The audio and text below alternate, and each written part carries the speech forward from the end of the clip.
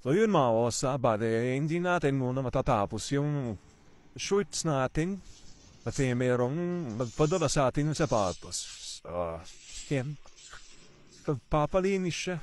Bale yun, sa mga hindi nga pala nakakalam, naglilinis din ako sapatos. Deep clean, tapos we-restop din tayo ng mga minimal restoration. Bagay ng ganito. Nagsusolo whitening din ako nito. Yan, health points 1. Yan. But ito, for cleaning service down to. Kaya yun, hindi muna natin mabibigyan ng part to yun sa shorts natin na kinocustom. Unahin muna natin to kasi may pera dito mga osa.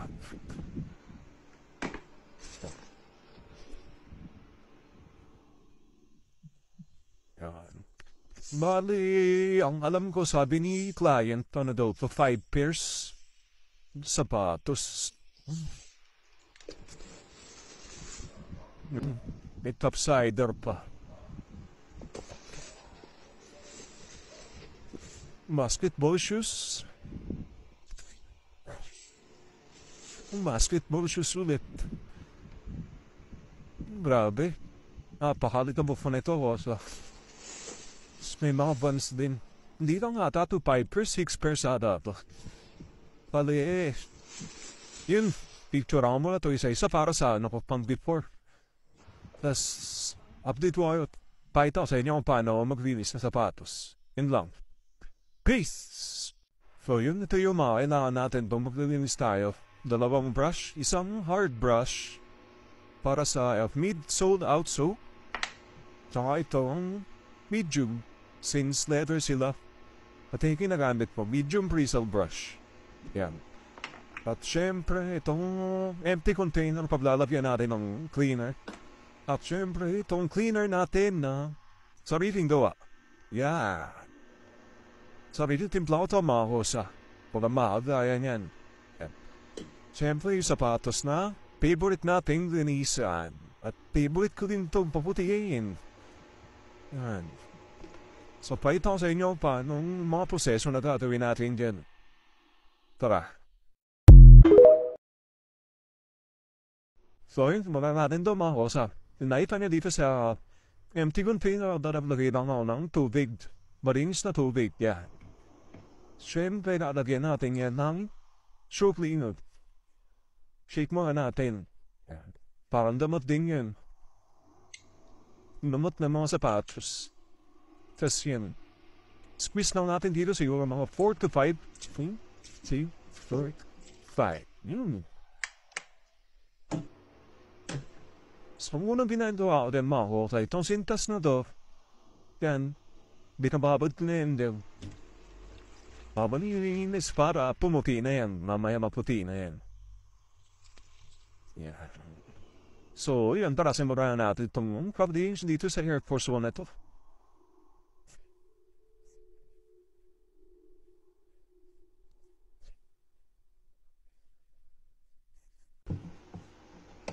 Ula.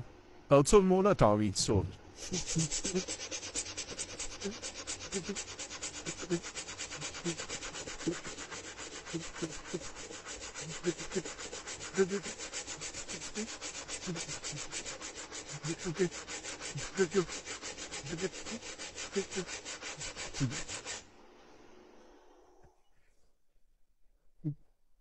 Kita niya naman yan mga oso.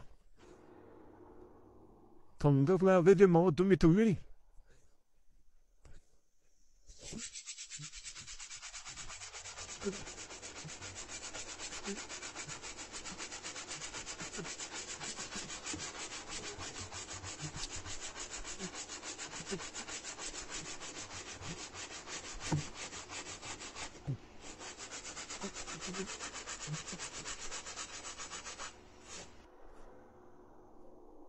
Yun, bali mga sa tapusin ko muna itong isang pa. Kasi pag tinuloy-tuloy natin yung video, mahaba nga abutin ito.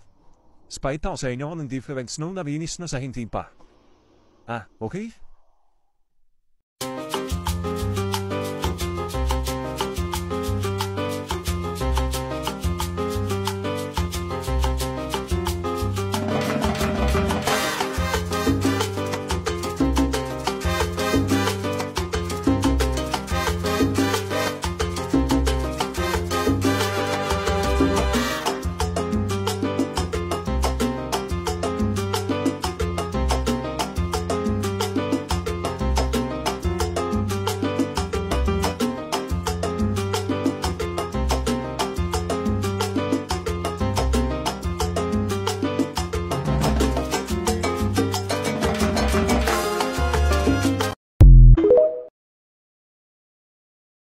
So yun mga kosa, sobrang init pa rin na yun tapos day off ko pa.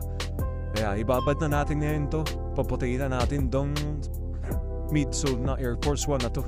And gamit natin oxidizing lotion na 12%. Yun, binis lang, ganun speed lang, pupunta tayo ng rooftop na ito. Doon natin siya ibibidad para mas salo niya yung sikat nung araw na yan. Tingnan nyo naman kung gaano katirik yung araw na yung mga osa. And after 30 minutes, minaligang ko na rin yan. Sinilip ko. Ayun, nagkaroon na nga na sampay. Yan, medyo pumuputi na siya dito mga kosa. Pero babanlawan lang natin yan. Tas isang babad para lagyan ulit natin ang oxidizing lotion. Paprop ka pa. Yan, kaya itsura niya mga kosa. Nilagyan ko ulit siya dyan. Bale, i-skip natin dito kung paano siya binabad. Eto na rekta na tayo agad sa resulta mga kosa. Eto na ang final result. Tignan nyo naman kung gaano puti yung sold niyan. Kumpara dun sa una natin siya nakita. Sobrang dilaw na niya. Tingnan nyo naman yan. Kabilaan mga kosa. Oxidizing lotion lang yan. Volume 40, 12%. Mabibili yan sa Watsons mga kosa. Yun, tingnan nyo naman Balik alindog talaga mga kosa. Bali yung mga nililis natin, lalagay ko na lang sa dulo yung before and after. Bali, may katanghan akong nangyari dito. Ang napicturean ko lang nung before ay 3. Kaya ang dami nating nilinisan, 6 yata na sapatos yan. Kaya yun lang mga kosa. Peace! Peace! Friend mo. Shit,